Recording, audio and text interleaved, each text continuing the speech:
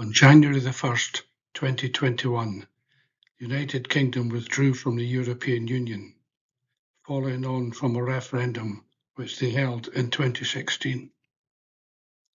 It's now well understood that Brexit was a calamity economically and to a certain extent socially for this country. This video I'm doing now follows an earlier video I did 3 months ago called The Scam That Is Brexit. During the Brexit campaign, and even after the campaign, the United Kingdom was given lots of promises from politicians in most parties. Labour sat on the fence and jumped both ways.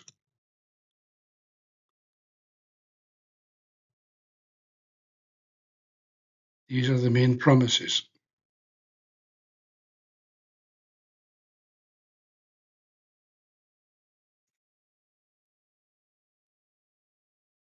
You know what they say, never trust a politician. In the last 2 years, lots of financial people and various websites and blogs have said this very clearly. It's the biggest act of financial self-harm the UK has done to itself for 50 years. Not one promise that was made prior to the referendum has been achieved. Not one. Bloomberg, a recognised worldwide financial institution, reckoned in 24 to 25 in trade alone, the UK lost £100 billion. And while the UK is struggling on with Brexit, the EU, the partner we left, is not standing still. They started a process in February 26, which legally should take about a year to a year and a half to conclude. And the result of that will be a made in Europe philosophy. In other words, inside the EU, governments, large organisations, have to justify buying goods and services outside the EU before they can proceed. This, of course, will make us outside the EU in a worse situation. The main thing they talked about prior to the referendum was immigration. UKIP, and to a certain extent the Conservatives, used immigration as the cause of all our troubles in the UK. Immigration at that time was at a relatively steady pace, which I'm going to go into. But let's look at the Channel crossings. The Channel crossings are in the media regularly, but this is not the whole story. It says down the bottom here, in 2018, 299 people crossed the Channel. A year after we left the European Union, it was 45,000. This is because the United Kingdom was no longer in the Dublin regulation. The Dublin regulation allowed the UK to send anyone that came into the country legally back to the country where they landed. So if the refugee landed in Spain, Greece, or Italy, they can put them on a plane and just send them back. People that want to come here know that we can't do that anymore and that we must keep them and we must process them. The crossings dropped slightly as time went on, but in the year 25 they've increased again, the boat people. And figures reached in May 26 estimated that between 2018 and the end of 2025, 200,000 people came to this country on boats, risking their lives to cross the Channel. But what about migration? The average prior to Brexit was 250,000 net immigration. And then the first year after Brexit, this shot up to 606,000. This was because the UK system after Brexit created new categories, left legal loopholes, and removed regulatory controls and some help and access to European Union databases. So let's look at this. I'm sorry the details are a bit small. What I have here is the years 2013 to 25. And the little horizontal lines you see here are the number of migrations in or out, so 200,000, 400,000, 600,000.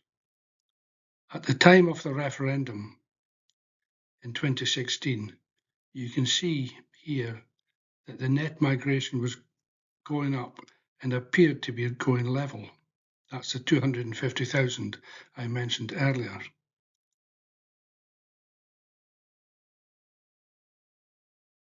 This is the total immigration, and you can see this has gone up.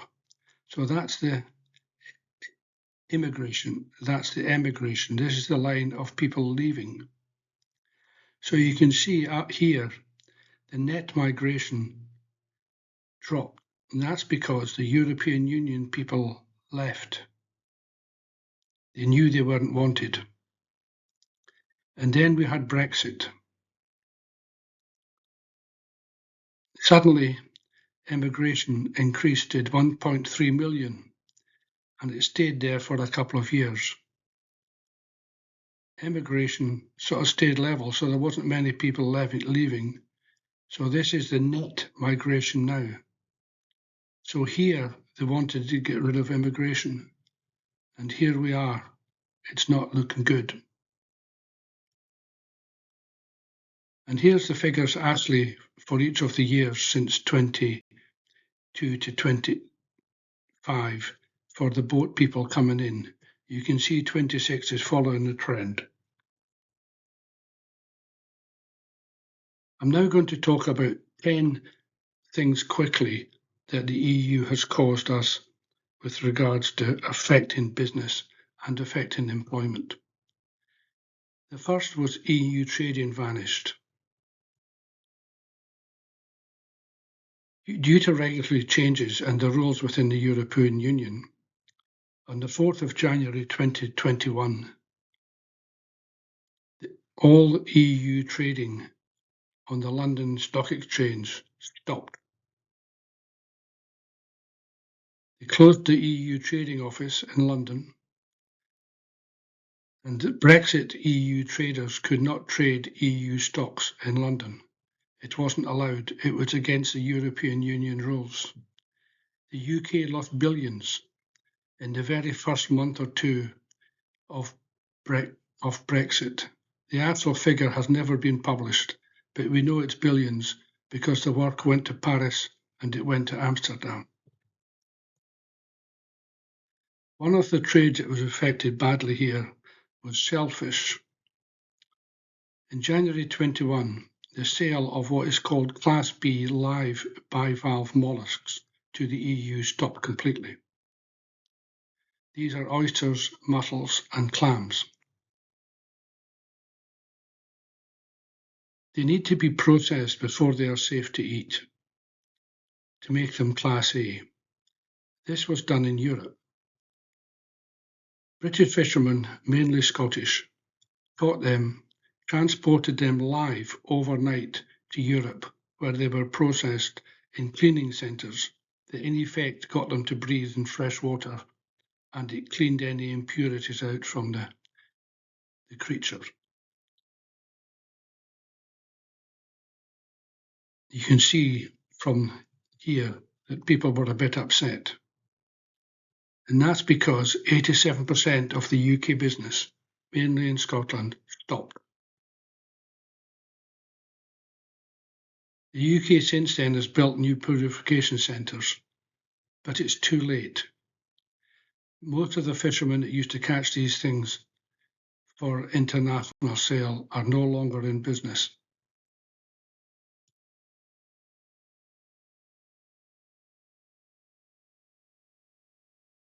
There's an effect on school trips. You'll be amazed at the numbers here. Between 2019 and 2022, as in figures that are put together, school visits to the UK from the EU dropped 81%. That's students coming here to learn English, go on various courses and things that are done at universities and schools across the UK. They used to come in just with their ID cards. Now they needed passports, more paperwork. This increased costs for the schools, so it stopped. That was a reduction of 728,000 less young people visiting the country every year. In the first year alone, 90 private language schools in England closed. The UK has since made an agreement with France to allow French students in, but only France. Now small business, they were locked out. Figures in June 21, which is only 6 months after Brexit, showed that 23% of small businesses suspended sales to the EU and 4% stopped permanently.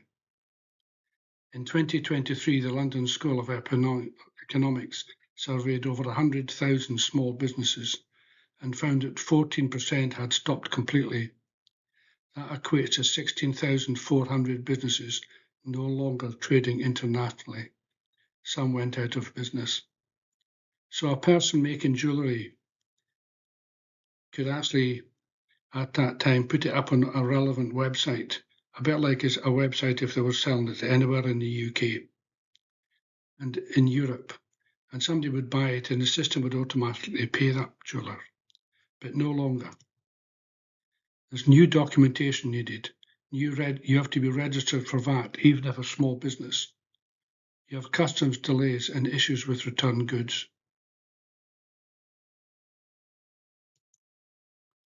Seed potatoes were banned completely. The EU does not allow seed potato imports, as well as other things, from any third countries due to health fears. The UK by this time was a third country. Nearly all seed potatoes business in the UK is based in Scotland, and they sold 20,000 tonnes every year to 18 EU countries. They were prized for their good quality. It stopped overnight. Scotland did, and the rest of the EU did sell seed potatoes to other countries outside the EU, and that's the breakdown of those countries there. Basically, they sold 68,000 tonnes to other countries and 20,000 tonnes to the EU. So the sales of seed potatoes to the EU has permanently dropped 22.7%. They could make a special agreement between the UK and EU to overcome this, but it hasn't been done. And what about other plants, flowers, so on, that are perishable? For instance, buying flowers from Holland and bringing them into the markets in the UK. This initially stopped, although big companies, huge companies, coped.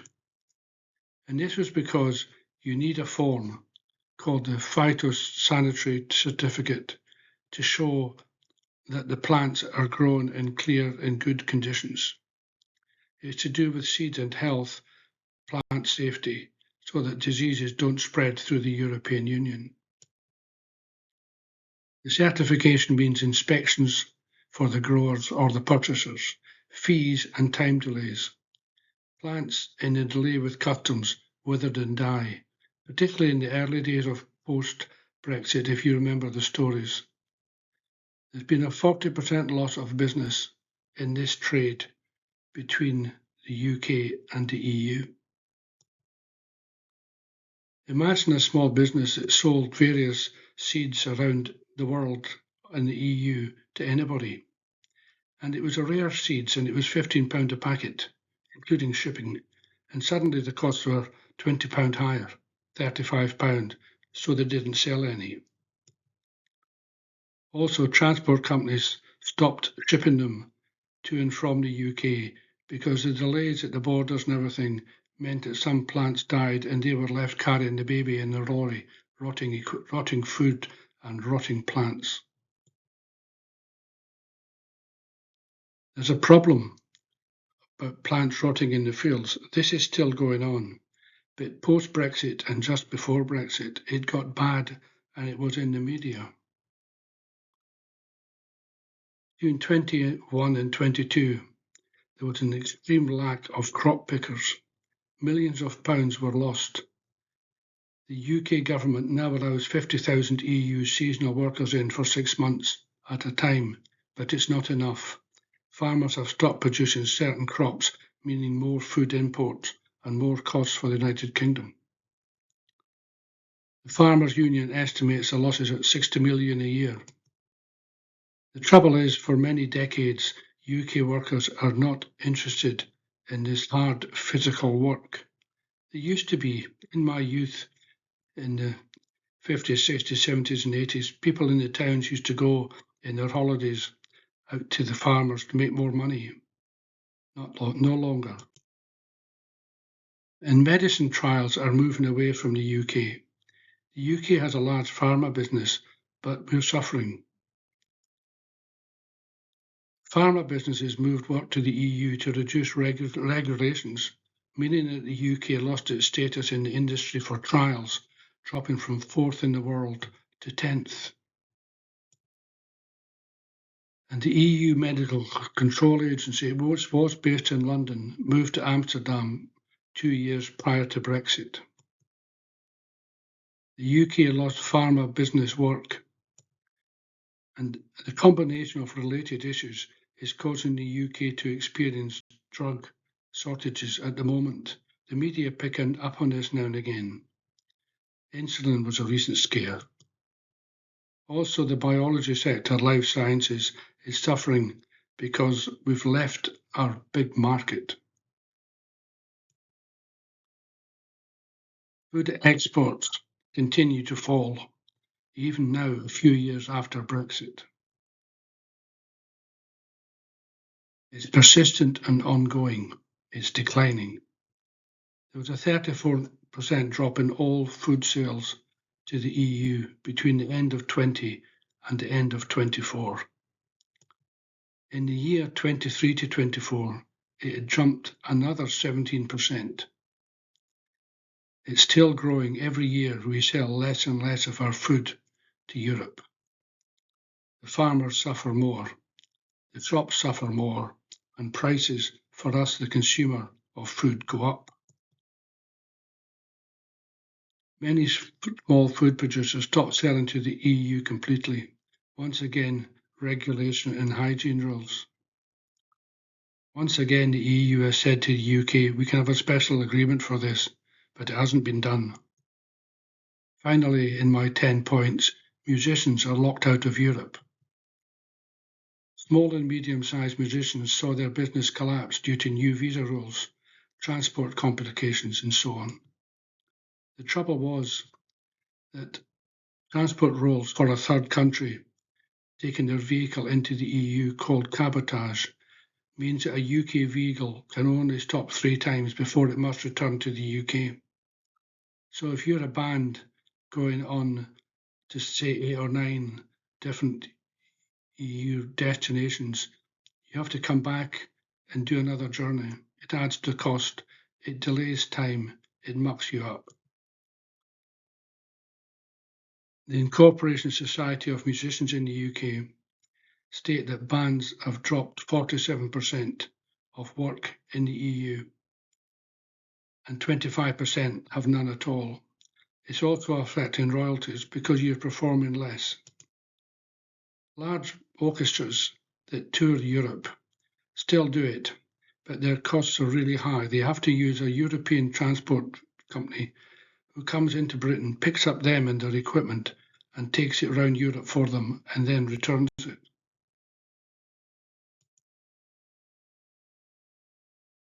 The UK trade overall, the trade has declined. This is COVID here.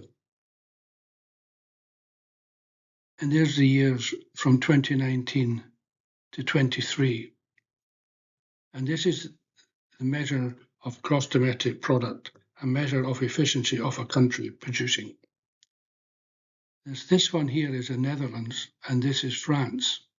So they dropped down, and they are now well past the figures post pre-Brexit, pre-COVID. But you can see the UK, due to its inefficient chaos caused by Brexit, never caught up, and we still haven't caught up. Brexit has meant that we are less efficient and we are producing less and creating less money and less wealth for the country. One reason the current government may be putting up taxes because we're not creating the wealth post-Brexit. So here's the Brexit headlines. We're losing at least £100 billion per annum in trade. UK businesses have lost market share in the EU, lost income. Overall, they and the UK has become less competitive. The increase in food in 2023, they reckoned it's costing the average family in the UK an extra £250 a year, every year. Energy costs in 23 had gone up 5% higher because we're no longer in the EU, and it's because we buy and sell electricity across the sea. And our political standing in the world is very much diminished. And we've also got less inward investment. We used to get good investment into the UK from businesses, particularly those from countries that were English speaking, because you could come here, understand what we're saying, read the documentation, and ship to Europe because we were in Europe, no longer. Britain traded 54% of its trade with Europe in open markets, no customs, free movement, free recognition of qualifications with people and so on. All that stopped. In fact, since Brexit, every single measure in our country, no matter what you look at, is declining. Well, that's the end of my talk. It's just an eye-opener to the chaos of Brexit. Thanks very much for listening. But before you go, I've created lots of videos. These are history videos talking about the politics and the history of Scotland. And that's on my YouTube channel, Robert Anderson 9116. If you go into that on the YouTube search line, you'll find all my videos. And here's specific videos I've done that support or are related to the fight for Scottish independence from the United Kingdom. Here's my plan as it is at the moment. My next video will be a look at the ungovernable UK. The UK politically is splitting apart. And then I'm going to do a few graphs and a few pictures on Scotland's economy within the UK with regards to trade. Thanks very much for listening.